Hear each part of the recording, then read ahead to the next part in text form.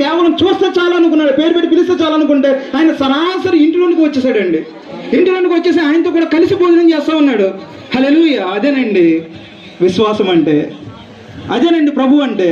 కేవలం నిన్ను చూడాలి అనుకుంటే కాదండి, ఆయన నీ లోపలికి వచ్చి నీతోటి అనేకమైన కార్యాలు చేయించుకుంటాడు. ఒక్కసారి ఆయన అడిగి చూడు,